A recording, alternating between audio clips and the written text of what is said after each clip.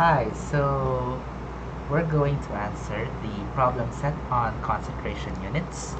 So we will be doing a step-by-step of each question that came up in the problem set, and hopefully we will see how to solve each of these problems. So number one, an aqueous solution with a density of 0.988 grams per ml at 20 C is prepared by dissolving 12.8 ml of propanol with a density of 0.803 grams per ml in enough water to produce 75 ml of solution. So what is the percent propanol expressed as percent volume, percent mass, or percent mass per volume? So for letter A, we're going to need percent by uh, volume. So we just get 12.8, which is the volume of the propanol, over 75, which is a 75 ml solution, and we multiply it by 100, and this gives us 17.1%. Okay, that's easy enough. So how about for letter B? For letter B, we're going to need to use the density of the propanol. So we know that there's 12.8 ml of propanol, and then for every ml of propanol, there is 0.803 grams. Meanwhile, there's 75 ml of solution, and there is a 0.998 grams per ml density of the aqueous solution. So for every ml of this solution, we have 0.988 grams. So if we do this, it cancels out. So you have we're left with grams on both sides. So this is going to be the percent by mass. So this leaves us with 13.9%. Of course, you may round differently from how I do it, because we're dealing with three significant figures here. I'm expressing my answers in three significant figures. For letter C, we know that it's mass per volume. So we know that the mass of the propanol is actually this, which accounts to like 10.2784, which is basically this one over here, since we already solved for that. And then it's percent mass per volume. So what is the volume of your solution? It is 75. So you multiply this by 100, and you should get something along the lines of 13.9%. So that's how you do with number one. Number two, a certain vinegar is 6.02% acetic acid by mass. How many grams of acetic acid are contained in a 355 ml bottle of vinegar? Assume a density of 1.01%. So we know that there are 355 ml of the acetic acid, and then we know that for every ml of acetic acid, there's 1.01 grams. So this leaves us with 358.55 grams. Now, how many grams of this is vinegar? So we know that it's 6.02%. So we just multiply it by 6.02%, or 0.0602, and we're getting 21.6 no, sorry, not grams. Grams. Okay.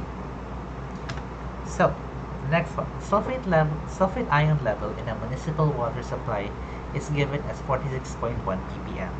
what is the sulfate ion concentration in this water? So we know that ppm is just another way of saying, so 1 ppm is equal to 1 milligram per liter. So we can just uh, make the ppm 46.1. 46.1 ppm is just 46.1 milligrams for every liter of water. Now we know that for every 1000 milligrams there's 1 gram. I'm just converting it to grams so that we can convert this to moles. So milligrams cancels out, and then we're going to convert this to moles by using the molar mass. So for every mole of sulfate, you have 96.06 grams. So the grams cancel out, you're left with a mole per liter, which is the molarity, and that goes as 4.80 times 10 to the minus 4 molar. It's quite simple actually.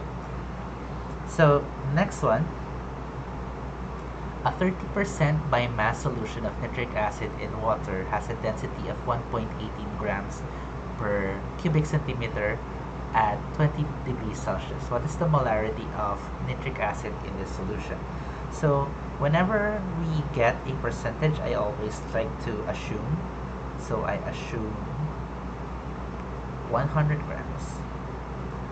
And then for the numerator, we have 30 grams. So 30 grams is just 30% of 100 grams. So that's how I got the numerator. So 30 grams of nitric acid. So we need to convert this to moles. So for every 1 mole of nitric acid, you have 63.01 grams. So this leaves us with 0.47611 moles of solution. Meanwhile, the rest of the solution is 100 grams, since we already assumed 100 grams over here. So 100 grams of solution, we convert these grams to ml, to liters. So it says here 1.18 grams per ml. So centimeter cube is just a fancy way of saying ml. So it's for every ml there's 1.18 grams. So these grams cancel out, and then this ml, we need to turn this to an L. So for every 1000 ml you have 1 liter. So this is now liters. So it goes up to 0.08474, which, if you compute this would go to 5.618 molar.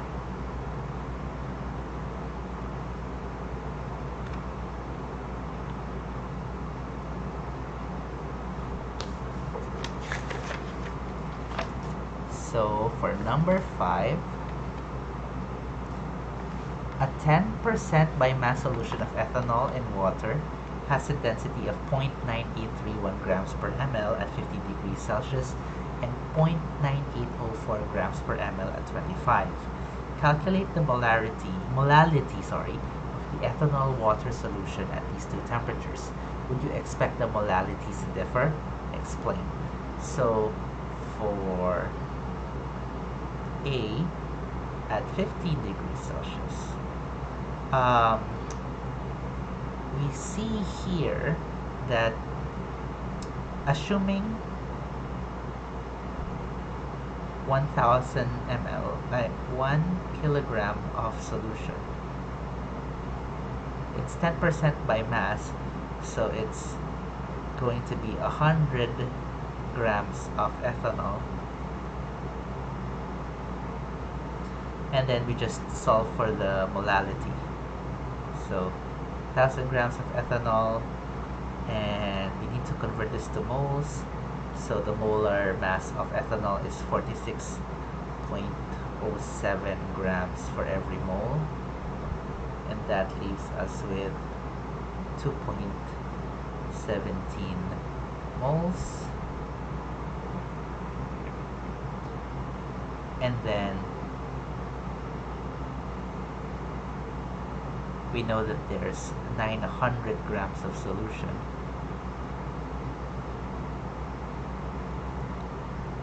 So the denominator for the molality is the kilograms of solvent. So this is just 1000 minus 100, which is going to be 900 grams, or 0.9 kilograms.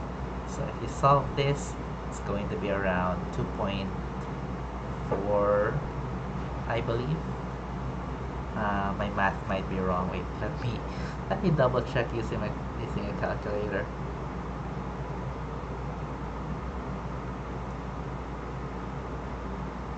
So 2.17 divided by 0.9. Yeah, it's 2.41 molar. So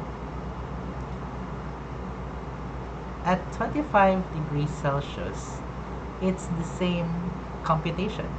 So you have 100 grams ethanol converted to moles. This is 2.17 moles. And then 0.9 kilograms. This all gets you the 2.41 moles again. So for the second question, would you expect the molarities to differ? It will not differ because we are not putting the density into consideration here. If this was molarity, then it will have an impact. But this is molality, and molality is much more useful when you're dealing with masses. Remember that masses don't change with temperature, volume does. So next one, how many milliliters of glycerol must be added per kilogram of water to produce a solution, which is 4.85 mole percent glycerol. So the mole percent is just mole of the solvent over the mole of solution times 100%. So we need to find the mole of the glycerol and the mole of the solution. Now for the mole of we don't know the moles of glycerol, and that's actually what we need to find here. So we can just put X here. And then the moles of solution, this equals to the moles of glycerol and the moles of solvent, which is in this case water. Now we don't know the mole of glycerol, it is actually X, so it's X over X plus the mole of the water is just a kilogram of water. So we have a quantity, a kilogram of water, times, let's convert this to moles, and we do that by taking the molar mass, which is 18.02 grams for every mole. So this yields X over X plus 55.49, and then we just solve for X. So X, and this equals, 0.0485, which is this one right here. So when we solve for X is something like 2.82 moles. So this is the number of moles of glycerol. So we just convert this to milliliters. So to do that, we get 2.82 moles. We convert it to grams. So for every 1 mole of glycerol, there's 92.09 grams. So this is the molar weight. And then we convert the grams into ml by using the density. So for every 1 ml, there is 1.26 grams, and the grams cancel out. And we are left with 206 ml.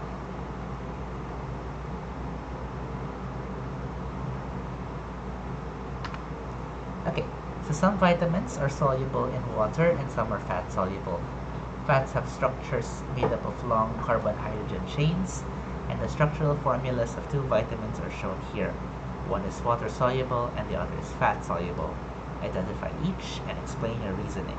So this one is water soluble because of all the OH groups. So it forms nice hydrogen bonding interactions with water. Meanwhile, while this has hydrogen groups, there's not a lot of it.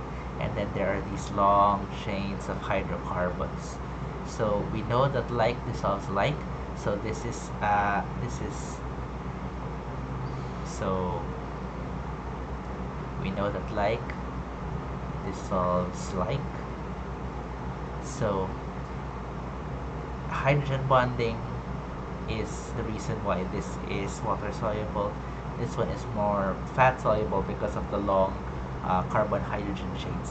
So the interaction between the hydrocarbon chains of this vitamin is actually called the London dispersion forces, and sometimes they're also called the van der Waals interactions. So this is German, so the W is pronounced with an F, and the V is pronounced with a F, sorry. No, the V is pronounced with an F, and the W is pronounced with a V, so it's van der Waals interaction. So you can say like dissolves like, you can say hydrogen bonding, you can say LDF or van der Waals. Those are the kinds of keywords that your teachers will be looking for if this kind of question comes up in your test. So next question, benzoic acid is much more soluble in sodium hydroxide than it is in pure water. Can you suggest a reason for this? Well, the reason for this is this benzoic acid turns into a conjugate.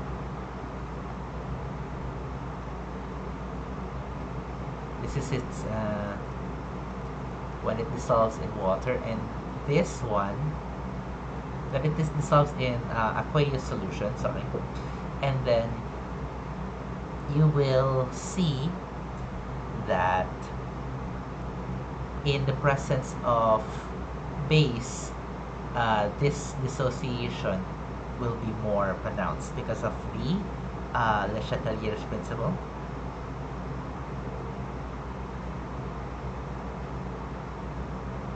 And also because of neutralization. I will personally like this. This is not necessarily wrong. It's actually the correct answer, but I much prefer you citing Le Chatelier's principle as the reason for why it is more soluble. So how is Le Chatelier's principle relevant in this? It's because we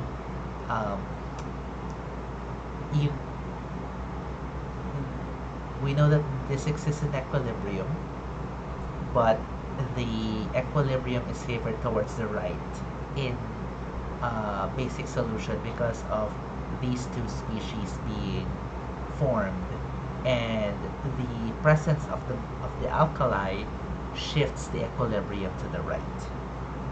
But also it's basically neutralization in another skin. Le Chatelier's principle is just more this is a more detailed way of explaining the solution. And we are left with this problem, the final problem. So the term proof, still used to describe the ethanol content of alcoholic beverages, originated in 17th century England. A sample of whiskey was poured on gunpowder and set afire. If the gunpowder ignited after the whiskey had burned off, this proved that the whiskey had not been watered down. The minimum ethanol concentration for a positive test was about 50% by volume. The 50% ethanol solution became known as 100 proof. Thus, an 80 proof whiskey would be 40% ethanol by volume. Listed in the table are some data for several aqueous solutions of ethanol with a minimum amount of calculation. Determine which of these solutions are more than 100 proof. Assume that the density of pure ethanol is 0.79 grams per ml. So I purposefully left very a very small space for the computation here, precisely because the question is looking for a minimum amount of calculation. So how do I do that? I just look for what is 100 proof. So 100 proof is equal to 50% by volume.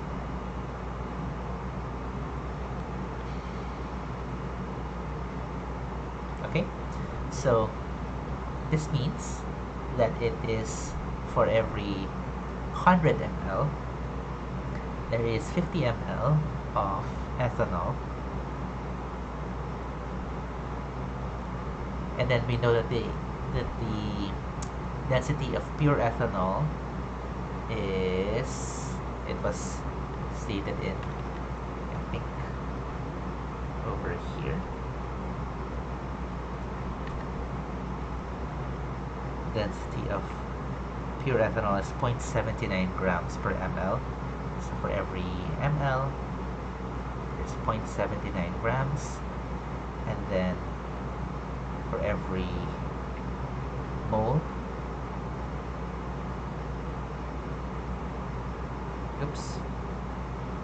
for every mole, what happened?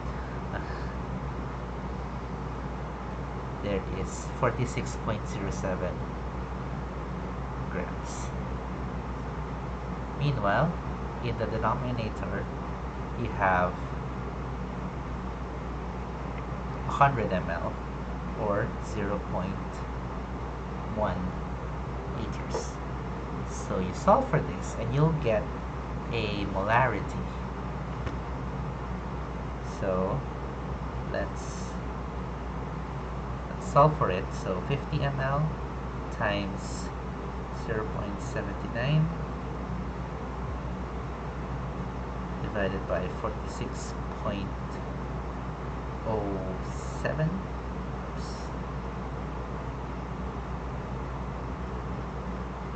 divided by 0.1, and you will get 8.5 molar. So this is the molarity of 100 proof. So which of these is greater than 8.5? You have 9 and 10. So 8 won't give you 100 proof, but 9 and 10 will. And that's it. Those are the answers to the problem set. If you have any questions, you can email me before the exam, not during the exam, and I'll see you there. Bye-bye.